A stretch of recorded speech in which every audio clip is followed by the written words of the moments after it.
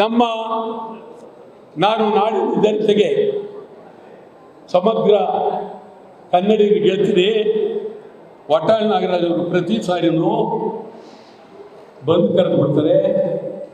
ಬಾಯಿ ಚಪ್ಪಲಿಗೆ ಏನು ನನ್ನ ಹೋರಾಟದ ಬಗ್ಗೆ ಯಾರಿಗಾದರೂ ಹಿನ್ನೆಲೆ ಇದ್ದರೆ ಎಂತೆಂಥವರು, ಕೆ ಸಿ ರೆಡ್ಡಿಯವರು, ಹನುಮಂತಯ್ಯರು, ನಿಜಲಿಂಗಪ್ಪನವರು, ಎಂತೆಂಥವರು ನನ್ನನ್ನು ಗೌರವ ಪ್ರೀತಿಯಿಂದ ನೋಡಿದರೆ.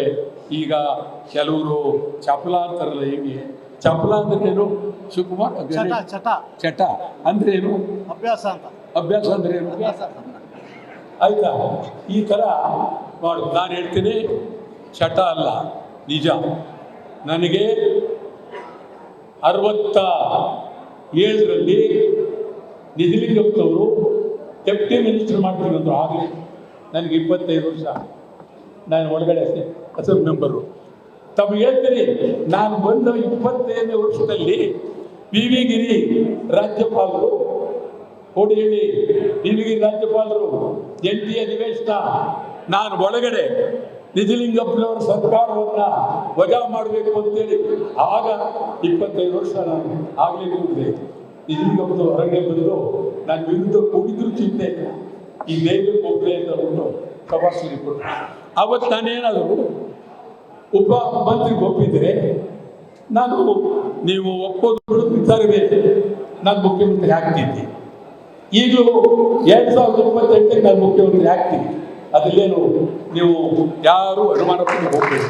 2028ಕ್ಕೆ ನಾನೇ ಮುಖ್ಯಮಂತ್ರಿ, ಗೋವಿಂದು ಮಂತ್ರಿ, ಶಿವರಾಮೇಗೌಡರು ಮಂತ್ರಿ, ಹಾಗೆ ಕುಮಾರ್ ಮಂತ್ರಿ, ನಮ್ಮ ಪ್ರವೀಣ್ ಕುಮಾರ್ ಶೆಟ್ಟಿ ಮಂತ್ರಿ, ಮತ್ತು ಮಂಜುರಾಜ್. ಏನು ನಗ್ತೀರ ನೀವು? ನಾನೇನು ಆಚೆ ಕೇಳ್ತಾ ಇದ್ದೀನ? ನಾನು ಯಾರು ಅಂತ ತಿಳ್ಕೊಂಡಿದ್ದೀನಿ? ನೀವು ಕಡ್ಲೆಕಾಯ್ತೇನೋ ತಿಳ್ಕೊಂಡಿದ್ದೀರಾ? ರೈತ ಸಂಘದ ಪರವಾಗಿ ಅವ್ರು ಒಪ್ಪೋದಾದರೆ ಮಾತುಕತೆ ಆಡಿ ಅವ್ರು ತಗೊಳ್ತೀವಿ, ಇಲ್ಲದವರೆಗೆ ತಿಂದು ಅವ್ರು ಒಪ್ಪಿಸ್ತೀವಿ ಅವರು. ಆದ್ದರಿಂದ ನಾವು ಆವತ್ತೇ ಕನ್ನಡ ಯುಗ, ಈ ನಾಡಿನಲ್ಲಿ ಕನ್ನಡ ಯುಗ. ಈಗ ಇದಕ್ಕಾಗಿ ನಾವೀಗಾಗಲೇ ನಾನು ಹಿರಿಯ ವಕೀಲರು,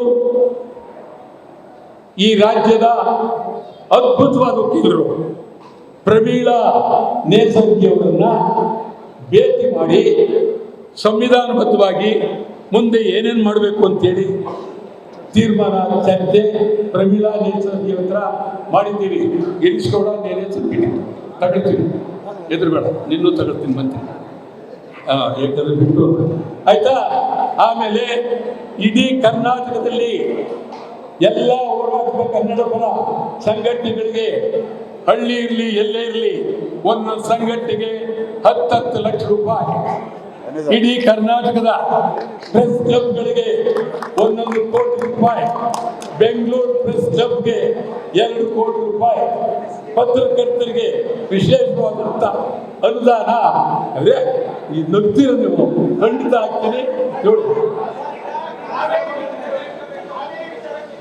ಹೌದೌದು, ನಾವು ಇಲ್ಲಿ ದಯಮಾಡಿ, ನಾನು ಮುಖ್ಯಮಂತ್ರಿ ಆದರೆ ನೀರು ಬಿಡಲ್ಲ, ನಾನು ಮುಖ್ಯಮಂತ್ರಿ ಆದರೆ ನೀರು ಬಿಡಲ್ಲ, ನಾನು ಮುಖ್ಯಮಂತ್ರಿ ಆದರೆ ನೀರು ಬಿಡಲ್ಲ.